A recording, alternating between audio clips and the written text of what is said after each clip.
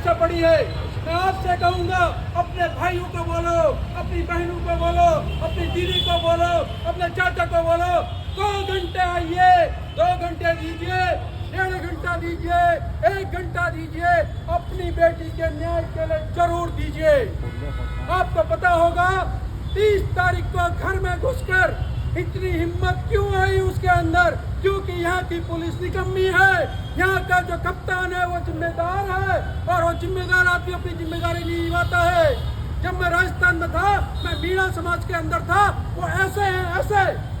अगर आपने उनकी आंख भी देख ली मीणा समाज के अंदर, आपकी आंख निकाल लेंगे। इतनी यूनिटी है, तो हम कहाँ हैं? हम क्यों नहीं यूनिट है? अपनी बेटी के हत्यारों को मांग दिलाने के लिए अब हम पुलिस प्रशासन के पास नहीं जाएंगे भीख मांगने, हम जनता के पास जा रहे हैं। कितनी बेटियों को मारोगे, कितनी बेटियों का आप हत्या बलात्कार करोगे? तो पुलिस प्रशासन के कप्तान जो है, व्यापार खत्म करवा दिया जाता है। कहाँ है, कहाँ है वो हत्यारे? 30 तारीख को घर में घुसकर मारा, कितना निंदनीय अमानवीय कार्य किया। सर की हड्डी तोड़ी, शरीर की हड्डियां तोड़ी, पूरे के पूरे शरीर को किस अमानवीय तरह से मारा गया है। और आप लोग आह्वान करके आए हैं, मैं आपका आभारी हूँ। हमारे बीच में आप सब सम्मानित लोग हैं, कोई वीआईपी नहीं है, कोई बड़ा आदमी नहीं है, हम सब सामान्य जनता है। और जनता की आवाज को सरकार को सुनना पड़ेगा, जनता की आवाज को उठाना पड़ेगा। आज 10 लोग हैं, कल 11 होंगे, परसों 12 होंगे, परसों 13 होंगे, लेकिन एक दिन ये फुटपाथ भरेगा, अपनी बेटी के लिए भरेगा, उसके सम्मान के लिए भरेगा, उसकी जान चलाने के लिए भरेगा। नहीं चाहिए हमें पुलिस का सपोर्ट, नहीं चाहिए।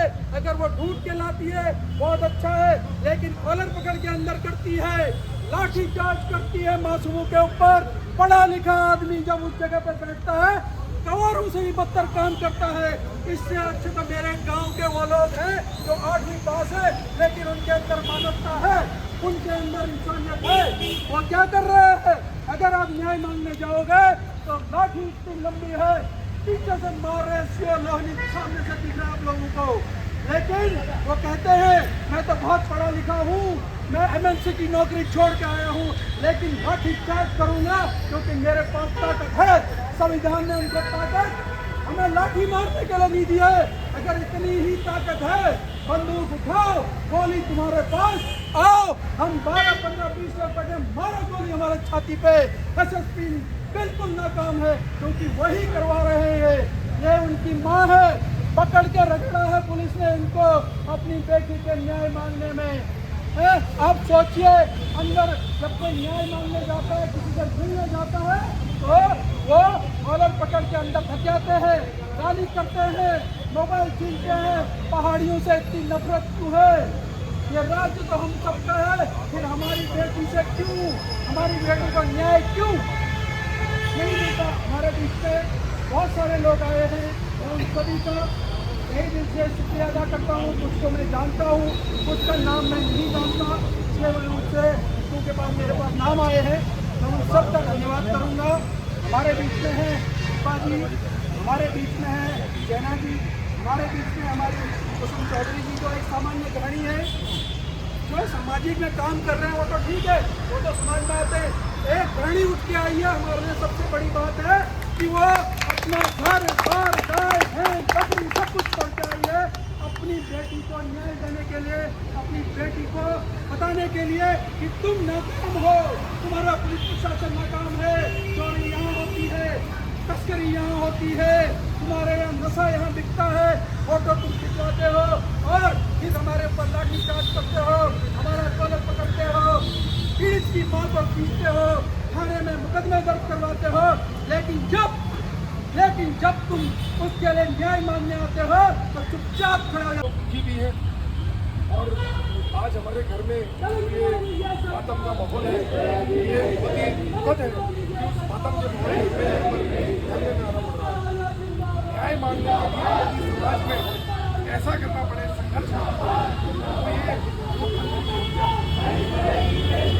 प्रशासन है, चाहे वो जिला प्रशासन है, चाहे वो पुलिस प्रशासन हो, मैं ऐसा मानता हूँ कि वो शासकीय दबाव में काम करता है और वो बहुत ज़्यादा पूरी में काम करता है। यदि पुलिस प्रशासन और जिला प्रशासन शासकीय क्योंकि ये प्रभाव में काम नहीं कर रहा, यदि वो स्वतंत्र है तो उसके लिए किसी भी कातिल को, किसी भी आरोपी को पकड़ना। मेरा इस मंच के माध्यम से कहना होगा कि जितने भी शासन के लोग हैं वो जनप्रतिनिधि हैं, लोगों की बात उन्हें आगे बढ़ानी चाहिए, और जितने भी प्रशासन के लोग हैं वो जन सेवक हैं, लोक सेवक हैं, उन्हें जनता की सेवा करनी चाहिए। और ये फिर से निंदनीय और बहुत दुखद है कि वे पीड़ित परिवार के विरुद्ध काम कर रहे हैं और आरोपी के साथ मिलकर काम कर रहे हैं। ऐसी मिली भगत बिल्कुल नहीं चलेगी, ऐसी मिली भगत बिल्कुल भी स्वीकारी नहीं जाती।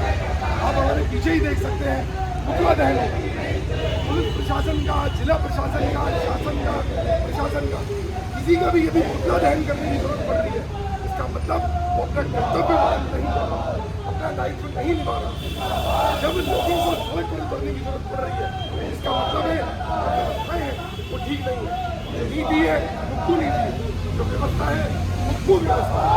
इसे हमें सुव्यवस्था में बदलना पड़ेगा। और बीच कई सारे लोग जो समाज के हित में काम करते हैं अभी मौजूद है, मात्र शक्ति भी मौजूद है, महिलाओं को भी यदि रोड में आने की जरूरत पड़ रही है तो ये समाज के लिए एक अलार्मिंग स्टेज है। आज स्वराज सेवा दल जो कि पूरे उत्तराखंड में बहुत अच्छा काम कर रहा है, आज आप लोगों को समर्थन देने के लिए स्वराज सेवा दल ने बहन ज्योति में और जो बालक अमित मौर्य है, दोनों की आवाज पीछे कुछ दिन पहले एसएसपी को बर्खास्त करो, बर्खास्त करो, बर्खास्त करो। वो वीआईपी कौन है? कौन है, कौन है, वो वीआईपी कौन है? कौन है, कौन है, वो वीआईपी कौन है? कौन है, कौन है, एसएसपी जवाब दो, कौन माफ दो, एसएसपी जवाब दो, माफ दो, माफ दो, अंकिता बेट को न्याय दो, न्याय दो, न्याय दो। बेटी हमसे जिंदा है, मेरे खातिर जिंदा है, बेटी हमसे जिंदा है, मेरे खातिर जिंदा है। एसएसपी धोखे में उसको किसी से पार करके गया है। अब मेरे को मेरी ये कह दी जैसे मेरी बेटी को मार रखा है उसी तरह मैं उसको भी मारना चाहती हूँ। बस उसका कातिल पकड़ा जाए, उसको मैं उसी तरह मारना चाहती हूँ। आप बोल रहे हैं कोई बिहारी का नाम जानते हैं आप उसका? हाँ, क्या नाम है? अभय और अजय हैं, दो भाई। कहाँ रहते हैं ये?